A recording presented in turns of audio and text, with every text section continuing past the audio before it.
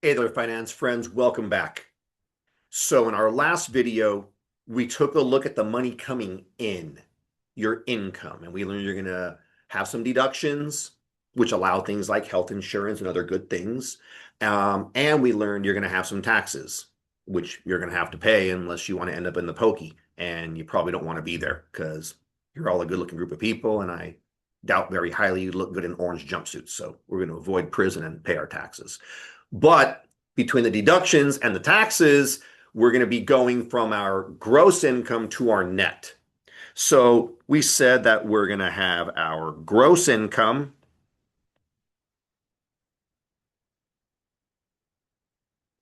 and then from there, we're going to pay some out as deductions and some out as taxes. And the amount that's left over is going to be our net income. So now the question is, what do we do with that net income?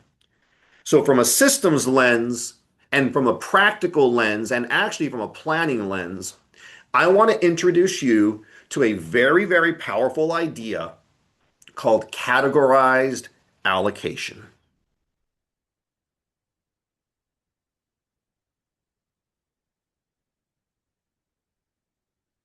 Let's talk about categorized allocation. To understand categorized allocation, let's kind of go the opposite and let's figure out what it's not. I want you to imagine a person who gets paid. They get their paycheck, it gets direct deposited into their checking account. Beautiful. And then they just proceed to treat that checking account as just one big bucket of money that they can freely spend. That is not categorized allocation. Okay. In other words, if you have your paycheck that goes into your account, we'll just call it your checking account. Maybe it's direct deposited, whatever. It's in your account. If you see, okay, I've got this bucket of money, I've got this checking account, income just flowed in, and now I've got a couple grand I can spend, and you just spend until the money's done, that is not categorized allocation. And in fact, my friends, at the risk of sounding judgy and preachy, that's a pretty reckless way to approach. So I want to teach you instead a very simple idea, powerful idea called categorized allocation. And under categorized allocation, remember, you're a general.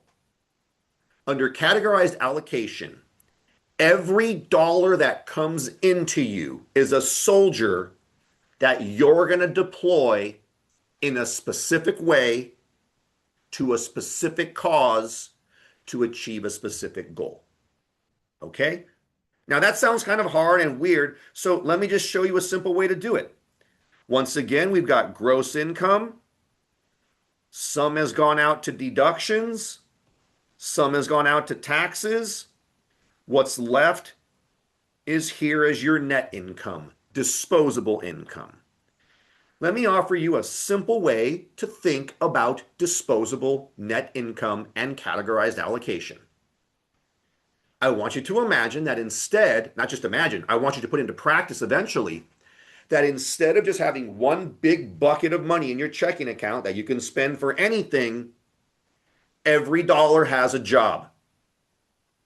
In my method of thinking through and teaching, and in my own life practicing cash flow management, I allocate my money into three separate categories.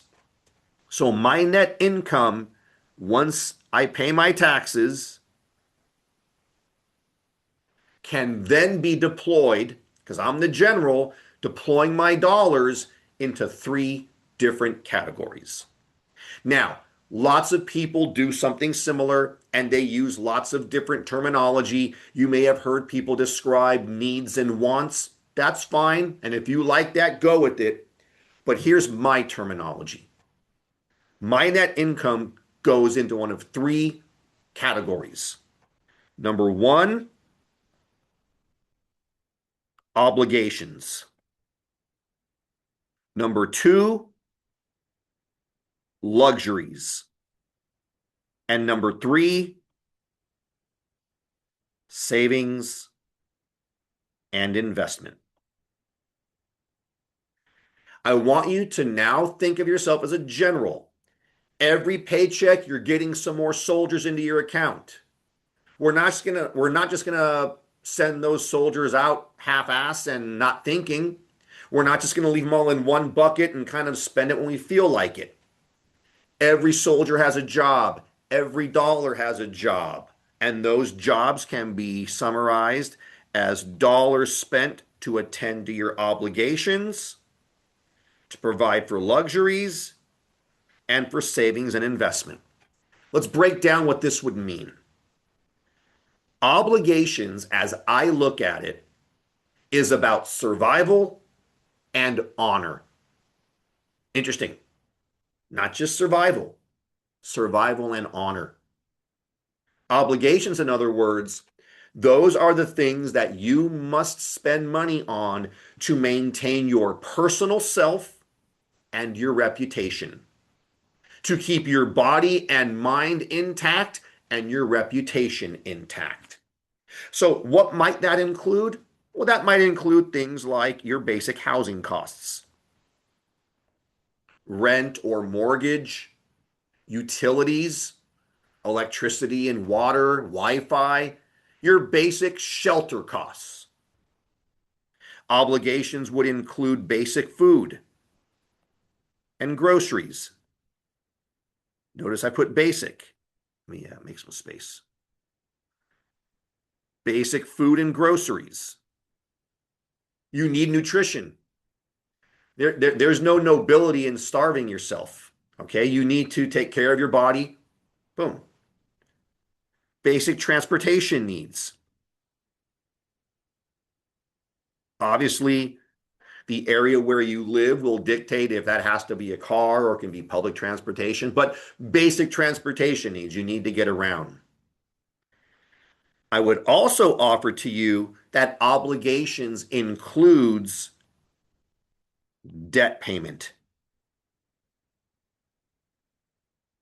If you're in debt, you have to pay those debts. You can't ignore your debts. You have to pay them. That's a matter of reputation and a matter of honor. And that's an obligation. Notice we're seeing a little subtlety here. The more debt payment you have, the higher your obligations go. That might be a problem. But those are some basic obligations. They keep your body, your mind, and your reputation intact. What are luxuries? Well, luxuries are those things that you don't necessarily need, but they're nice to have. I am never going to tell you avoid luxuries because I define luxuries as things that you don't need, but that bring value and joy to your life. They bring novelty, they bring relaxation, rejuvenation. They charge your batteries. They allow you to spend time with loved ones. Okay. I'm not a monk. I don't expect you to be a monk or a nun. So luxuries are a good thing. They make life enjoyable. They bring novelty. So broadly speaking, what might luxuries include? Well, things like dining out. Notice that basic food and grocery was an obligation, but dining out is more of a luxury. Things like entertainment, travel, you know, general consumption, buying that thing that you need. No, no, sorry, buying that thing that you want for whatever reason. We're not going to judge it. All that's important is that you bear in mind that these are not these. One of the biggest issues that people get in trouble with is they think that obligations are luxuries, or that luxuries are obligations, or that needs or wants. They trick themselves, and it really is just that. They justify, well, I really want that, and I guess I sort of need it. Or they say, well, if I buy this thing that I don't really need, but it's like an investment. So I'm sure you're familiar with this. Maybe you've done it or you've heard people do it. There's no need to judge yourself badly. Just be aware, build the awareness. But a lot of people are really good at convincing themselves that these are actually these, that things they want are really what they need. But I hope you see through that. Your needs in life, your obligations are very basic. Keep your body, your mind, and your reputation intact. Outside of that, luxuries are fine. But notice you have to attend to this before you attend to this. Taking a vacation when you can barely afford your rent, not a good move. If you realize that you're spending $1,000 a month at restaurants, but you still got massive credit card debt, that's not a good move. So it's about awareness, it's about trade-off, it's about intuition, okay? The final thing is savings and investment. And this is where you set aside money for your goals. It might be short-term goals. I want to save money for a car. I want to save money for a trip.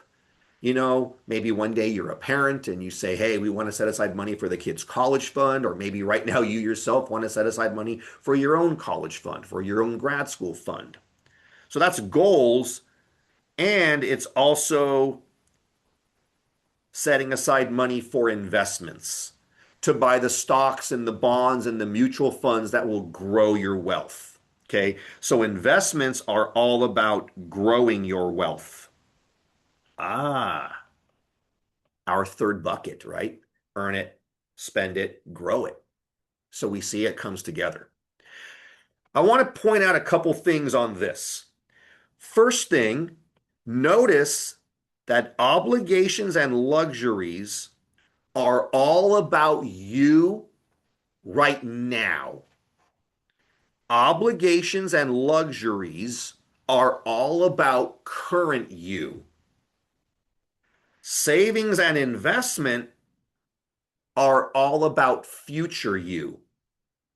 So when you take a look at this idea of deploying your net income across different categories, what we're really saying is you have to start making some pretty important decisions on what you're going to spend on you, current you today, and what you're going to set aside and spend for that beautiful future version of you that you're going to meet one day in the future. Okay, that older future version of you. They're both important. Current you is important, so is future you. So now we're looking at balance, at trade-off, at some values, at a real simple and really kind of profound question. Do you love yourself? Like, do you love yourself enough to take care of you right now? But do you also love yourself enough that you love future you and you want to take care of future you? So number one, we have that. Number two, I hope you can now start to see the danger of debt. When you have debt, that means that your obligations go up.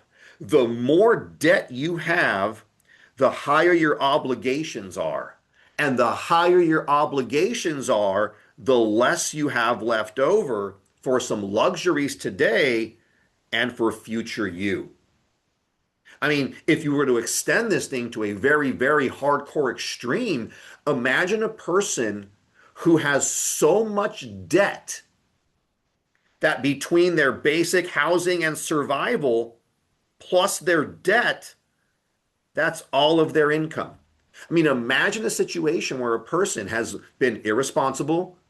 They've made some bad decisions in the past. We're not going to judge the person, but we're going to acknowledge the decisions and see their impact, right? We're not going to lie to ourselves about that. So we can imagine a person who's got a lot of debt. Imagine that their entire net income is taken up by this bucket. Well, they've now got nothing fun to live for today, and more to the point, they're starving future them. So we're starting to see some trade-offs. So then the question is, so then how do we navigate this? And we navigate this by going from categorized allocation. Well, we do this through categorized allocation. You notice here that we built up the categories. The allocation is how much of your net income goes into each. Now, you're going to have to make your own decisions here. But one of the most common frameworks and a real intuitive, easy one is called the 50-30-20 framework. Under the 50-30-20 framework, 50% of your net income goes to obligations, 30% of your net income goes to luxuries, and 20% of your net income goes to future you, savings and investments. Okay? You might not be able to achieve that. You might say right now, coming, when you're younger, that, you have a low income, so more of your income has to go to here and less has to go to here. Well, you make those decisions, but at the very least, you need to commit that some of your current income will go to future you. Okay, you need to put yourself first. You need to put future you first. By the way, this idea of putting future you first is a really important philosophical idea called pay yourself first. Pay yourself first, or what I just call PYF, it's a philosophy.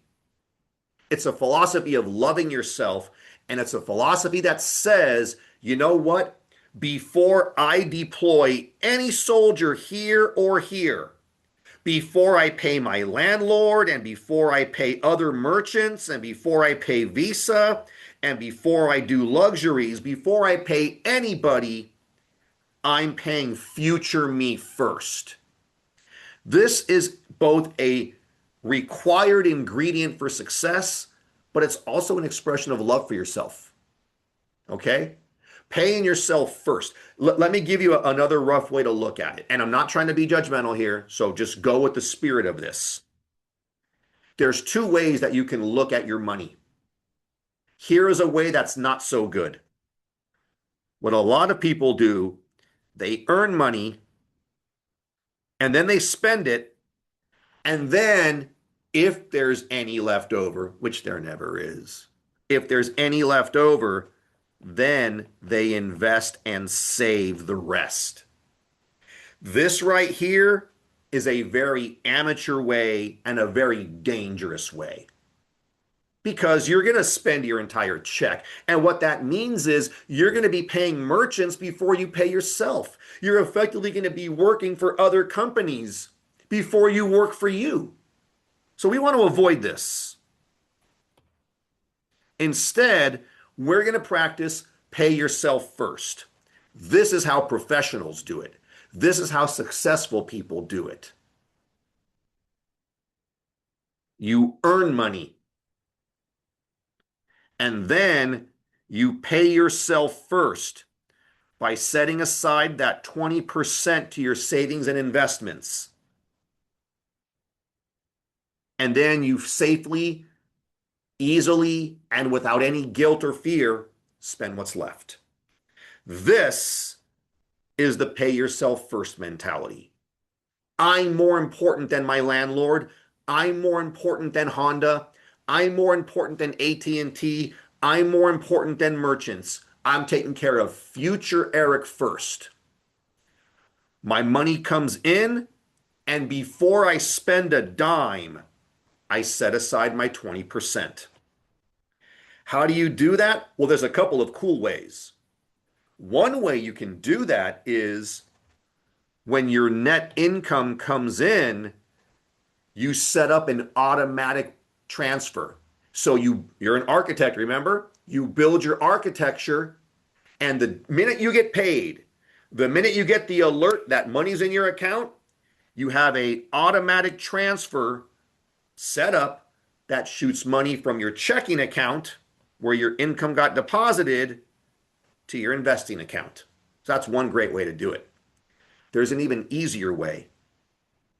I set up here that you make gross income, and some goes to deductions and some goes to taxes. And I mentioned that those deductions include things like health insurance, which is true. Well, there is a really cool tool, which we're not going to get into now. We'll learn about this in the retirement lectures, but there's a really cool tool called a 401k. A 401k is an investment account. It's set up by your employer and you participate in it. And the way that it works is you get your gross income and some money goes to your insurance and some money goes to your 401k. And then some money goes to your taxes and then you get what's left. If you can set up a 401k to where your retirement and investing contributions are taken directly out of your gross income, in other words, you're paying yourself, you're putting money in your investment account before you even get it, then these are guilt-free because you've already achieved that. This actually leads to a very important idea.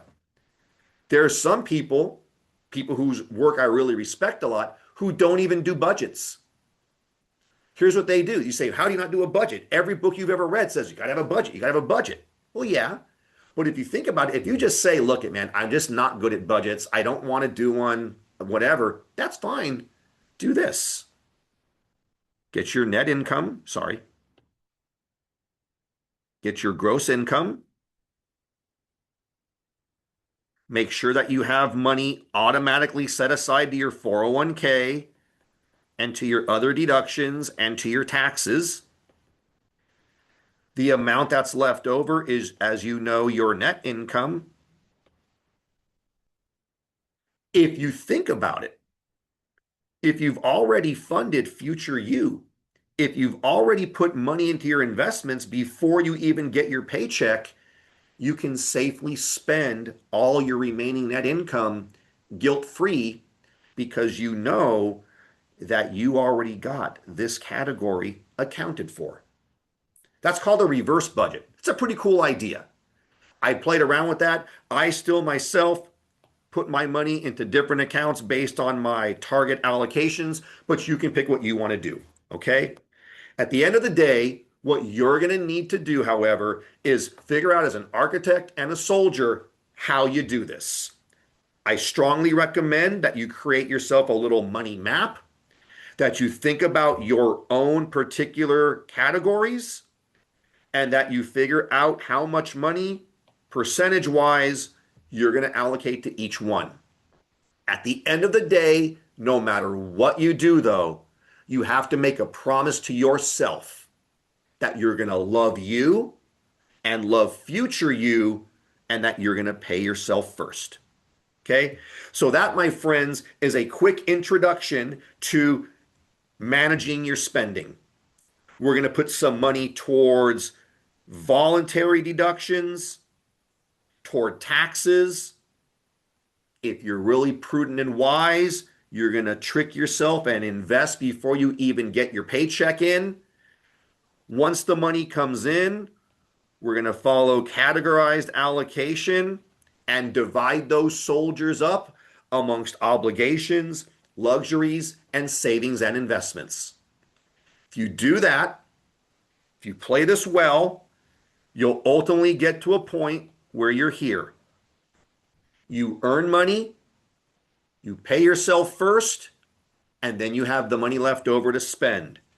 Notice that by doing that, by paying yourself first, it's effectively automating net cash flow positive. Okay? I want you to think about these things, and what I would like you to do before the next video is I would like you just to make a quick list of all the different places where your money goes, all the different things that you spend on. No guilt, no judgment, just make a list and then start to categorize them. Is each of those spending lines an obligation, a luxury, or a payment to future you? Start thinking about this, building tuition, building awareness, and we'll keep fleshing out these ideas both in videos and in lecture, okay? Thanks for tuning in. Love yourself, be successful, and I'll see you in the next video.